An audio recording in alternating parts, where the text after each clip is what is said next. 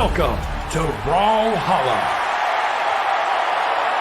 The odds on Wubz though. I would take Wubz 100% of the time. The you put 50 50 channel points on Wubz, he ends up winning, you're rich, right? Like that's just it. like, You're set for life, man. Of course, channel points for days. I might just be baiting people into that, but I digress. We're going into Wubz versus Sandstorm for game number 1, and this is a classic. We're seeing Sandstorm opening up with the Mordex, the legend that Sandstorm basically when you think of Mordex, you think of Sandstorm. Sandstorm's had a bunch of different legends that he's played ever since then, but this is the one that he identifies with. And look what? Just starting up with hitting Wubz 5 times in a row, making him look like he's AFK, but he's not. He's trying to get out of that string, and Sandstorm is just demolishing him. Already brought him into the orange, picks up a new weapon. Wubz still looking for something here on the Azoth. The neutral light comes through. Sandstorm dash jump, pivot snares, hits the neutral sig. Wubz can't jump away. And Sandstorm. Yeah, that is the Sandstorm classic right now. It's just running the game on sight. It's that Mordex, that skin, and you know what's about to happen. Wow, Wubz, that was 0 to death. Sandstorm has yet to take any damage. Finally, Wubz gets in a neutral light into an air. Great string opening it up, and he finally picks up a weapon, and it looks like has some signs of life in him so far. Downer hits, grab up, comes right afterwards, goes with the downer on the dodge, breather recovery, hits it, Wubz. Is he going to return his own 0 to death on the Sandstorm? What is the recovery towards the top of the stage, and Sandstorm dive kicking back to the stage as fast as possible. Wubz hasn't actually taken damage since he lost that stock, and he's been denying Sandstorm of all weapons so far. Sandstorm gets hit with a D-Light recovery, almost taken off the top. Wait, Wubz, where on earth did this come from? Sandstorm finally fighting back, showing that he's not in the same situation as Wubz. He's going to 0 death on him. What is this? What is this match? Are they taking turns? I completely understand. He had to style on Wubz right there because it was almost back-to-back 0 to deaths. You know, Sandstorm takes one, Wubz takes one. Ooh, yeah, that signature is active for so long. You just got to get out the way. You know, Brawlhalla as a game, I'm very used to the hits going back and forth. One player hits 2 hits, the other one hits 2. But right now, you could fool me. I could have believed that those combos were combos. Like, absolutely true. Nothing you could do about it because of how long they were hitting each other. Wubz went from white to red. Sandstorm went from white to red. Now Sandstorm with the silent neutral sig. So this is actually interesting. I saw Sandstorm talking about this in one of his YouTube videos. One of the big reasons why he believes Mordex is back is because with Scythe, sidelight neutral sig, when done perfectly, is unjumpable. You have to have your dodge to be able to get out of that, otherwise it's going to connect. I expect to see Sandstorm go for that a lot more when he's in a position that he can take that stock off the top of the stage, as we just saw there. That's a great point because Scythe, you know, it's just a bunch of strings. There's usually dodge windows that you can always get out in between, so it's a lot about baiting out the dodge. We saw Sandstorm do it right off the start of the game. He hits that neutral light, waits for the dodge, and then tries to cash in for a ton more. Except now, with that neutral signature, he can cash in for the knockout confirmed. Doesn't have to swap over to gauntlets or fish for some extra signature strings with it. Oh yeah, and all Sandstorm needs to do is be completely on top of his opponent's dodge. And as far as Sandstorm concerns, he is the best player in the world at tracking his opponent's dodge cooldowns. I mean, you could have actually just stopped that talking sentence right there. He is the best player in the world. 3-time world champion, opening up like that, absolutely ridiculous.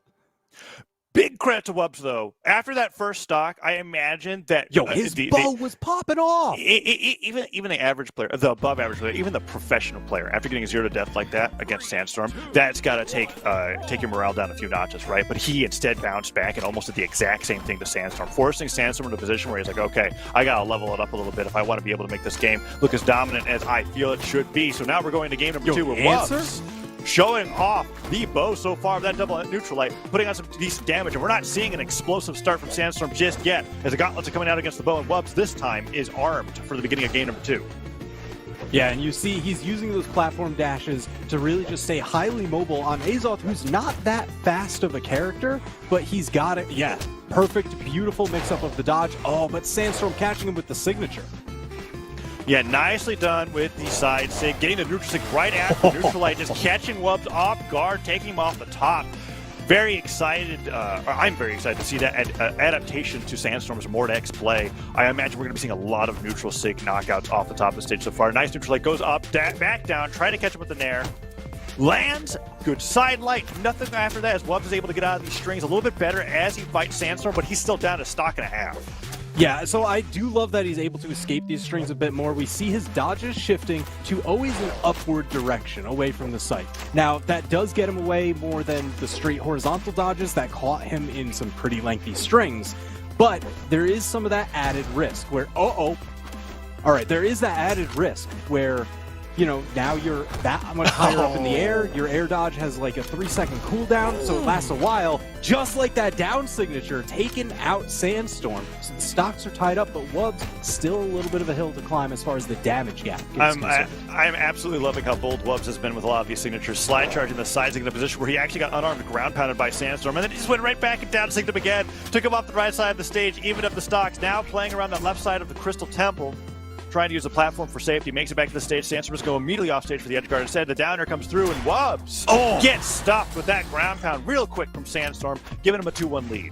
Yeah, that was brutal. You even saw the stuffed recovery for the added insult to injury. You know, didn't just need the knockout, he was inside your head.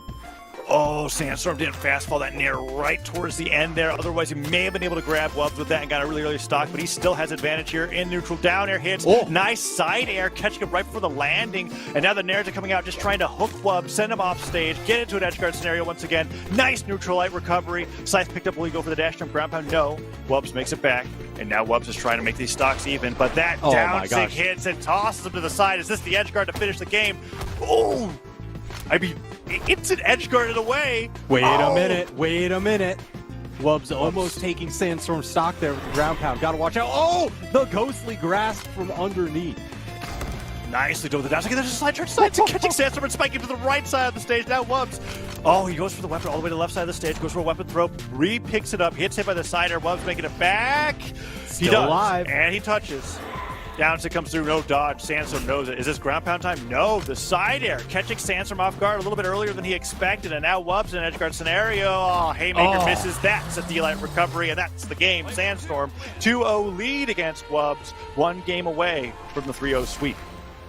Man, so that game, especially towards the end there, it was looking so incredibly close. Wubz just poised to start and make that comeback. He almost cut the stock short early. He almost got the read right here, but Sandstorm with the quick backpedal, staying away from that Haymaker. So it's really just, can Wubz continue a little bit of that momentum rise he's been having over the course of the last 2 games, or is Sandstorm just going to run away with it in 3? Yeah, it is exceedingly tough to adapt against Sandstorm, and Sandstorm is also changing the way that he plays every time that you get one neutral win against him, right? Like, we see Wubz find one thing against Sandstorm, and Sandstorm never allows him to get that same opening again. Wubz has to completely reinvent the way that he's approaching against Sandstorm, and that's just one of the beautiful things about Brawlhalla in general. Looks like we're going to get a bit of a reset going to be happening here. And then we'll be going into game number 3. I do wonder, is Miami Dome the map pick? Is that what? Because I just like the variety that we've been seeing over the course of this set. You know, we've been bouncing around. There's usually a couple platforms available for them to mix up, mix around. And Miami Dome would just cap it off nicely. Yeah, Miami Dome is interesting because of the platform height in particular against Scythe, right? In Crystal Temple, where they were just playing, Scythe has a lot of nice, like, dash, jump, fast fall, nair openings that they can do that will catch players playing around the platform. Like, we saw Wubz trying to use that left side platform for safety a little bit on Crystal Temple, and it didn't work out in his favor. Here in Miami Dome, much harder to fish for your opponents on the top of the platform with the Scythe, bring them down onto the ground so that you continue comboing them. We'll see if Wubz is able to use that to his advantage, or if Sandstorm instead will just switch more to the gauntlets, use the sidelights to cover that area, and take the lead that way. Yeah, I mean, right now, Wubz was doing a pretty good job, even unarmed. Sandstorm did weapon starve him for quite a while, but Wubz wasn't shy about fighting back. Wubz retreating to the right side of the stage and getting the neutral light as Sandstorm tried to get in with the gauntlet neutral light himself.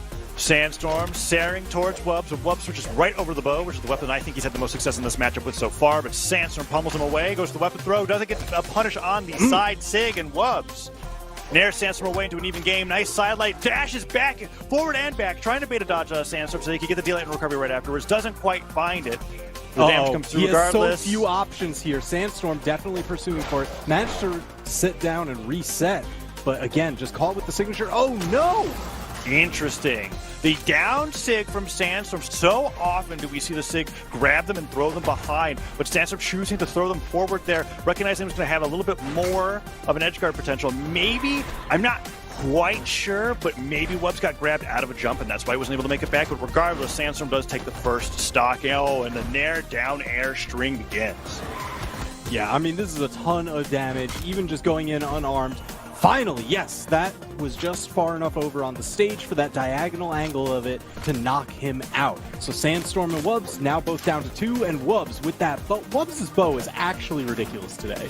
Yeah, it is something. I mean, to be able to, and this is really highlighting to me why, when Isidru gets upset by Stevenator 2-0, and I'm like, oh my goodness, Stevenator is bringing out everything for this event, and then Wubz knocks down Stevenator right afterwards, 2-1. Wubz has to be playing out of his mind, and we're seeing that in a sense here against Sandstorm. But Sandstorm with these edge guards just babysitting on the way back. Down air, down air. Oh, Sandstorm. Disgusting. Why? Okay. You didn't need all that, Sandstorm, please. Yeah, and to highlight why you're saying he didn't need all of that, what I consider to be Sandstorm's invented combo on the site is down airing opponents into the stage spiking them into the scythe ground pound to finish the stock, but Sandstorm adding that flare, getting another down air, sending him further into the weapon throw, unarmed dive kick to really put a mark on that stock in game number 3. Yeah, I mean, that is really serious mental damage. But Wubz seeming almost unfazed, happy to fight back. But again, we find him so short on options. Sandstorm just, all right, gets slapped by the bow side air and is like, yeah, we go to the next stop. Oh, what? Wubz, yo, damage! Oh, the recovery into the Nair right off the platform, too. Wubz taking advantage of this platform. Sidelight comes through, dash forward, dash back, tries to get another sidelight. Sandstorm, he gets the ground pound.